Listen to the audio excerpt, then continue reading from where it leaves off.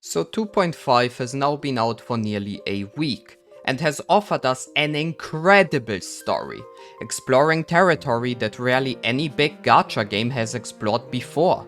This has resulted in one of the biggest discussions in the entire community to an incredible scale, while being fully civilized, and has been an overall incredible experience to be part of. Watching people discuss the differences between Frolova and Rover, and having people defend Frolova and attack Rover, while others do the opposite without having voice actors being attacked in the process, has just been incredible, and has shown what incredible storytelling can do.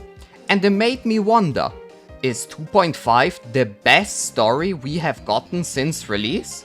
After all, no other story has been able to create so many active discussions about the two involved characters, who are both different and at the same time share many parallels together. But I'm getting ahead of myself, let's talk about the bad first. So the story is very cryptic and you generally feel like in the dark for the majority of it. This is something that I already expected, and to be honest, even before 2.5, simply because it fits Frolova. She has been a cryptic, mysterious character who doesn't give straight answers since she appeared, and it would have been weird for her to not have a cryptic story. All of that obviously resolves itself as you dive deeper and deeper into her backstory, and I personally don't mind stories that leave you in the dark like that, as they allow me to actively theorize about what's going to happen while I'm still playing them. But I know that others don't, and that this can indeed, for quite some players, be considered bad. The storytelling itself, however, was beyond incredible, and some of the facial expressions this patch felt like straight out of a AAA game.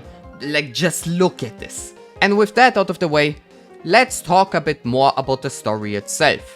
Many, including myself, were scared of Frolova having a redemption in 2.5, and I'm incredibly happy that she didn't get one, and has been very clearly established as an antagonist. The reason for that is that pulling a redemption arc is absolutely impossible in my opinion without build-up.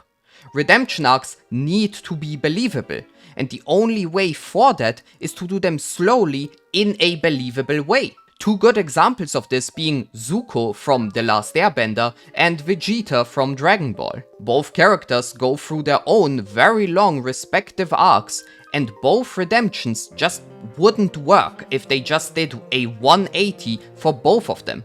And since Frolova did indeed have no redemption build-up so far, it would have felt abysmal for her to suddenly just do a 180 and get redeemed. What we instead get is a story that you can empathize with and understand her as a character fully.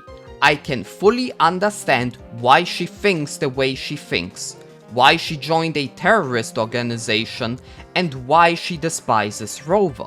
Not only is she written in a way where I can empathize with her, but you can also empathize with her hate for Rover and potentially start questioning Rover as a character.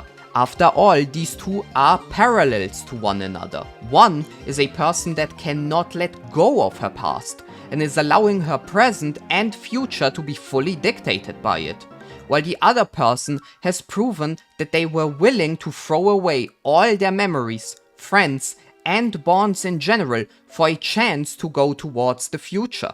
It's incredible. And this story also did another pretty big thing in the gacha space.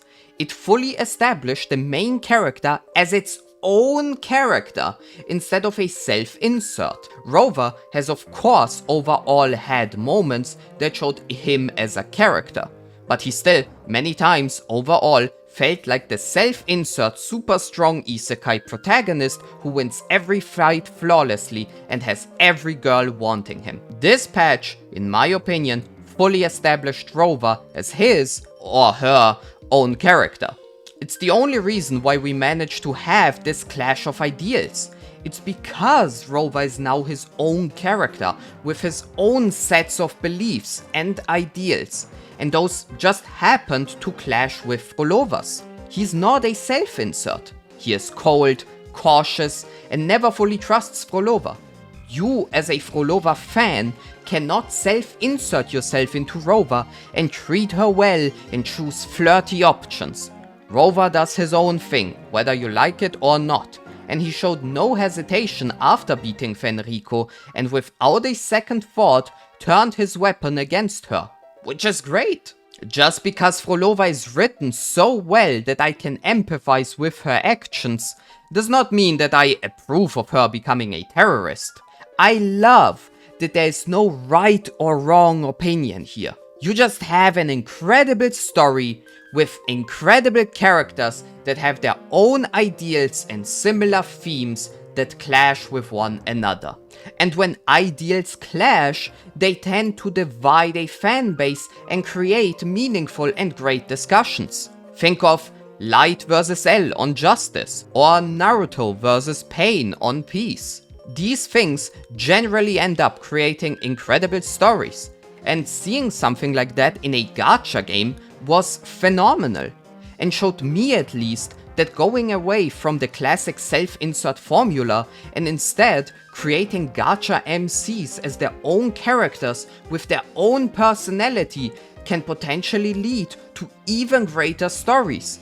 And that having main characters as empty canvases that are meant to be self-inserts can really hold a gacha story back, as they generally don't take the initiative but tend to just go with the flow of the story. And not only did it help with Frolova, but I now, after this story, find myself to be suddenly way more interested in Rover and want to know more about his past, and especially how the almighty god arbiter Rover was feeling before he erased his memories. However, one thing that I don't like at all is that Frolova is now out of the picture. Us understanding her motives and feelings for Rover makes her an even better villain and would make any future clashes between the two even better. So it does suck to see her go out of the picture so that we can get more Cristoforo and Scar. After all, there's not much payoff in fleshing out these characters and making them incredible, compelling villains if they just get thrown away afterwards. Frolova doesn't need to be the main antagonist, but having her not appear at all with the others in the future would feel very wasted, especially now that we fully understand her character. But those are all things for the future. Is 2.5 the best story we have gotten so far?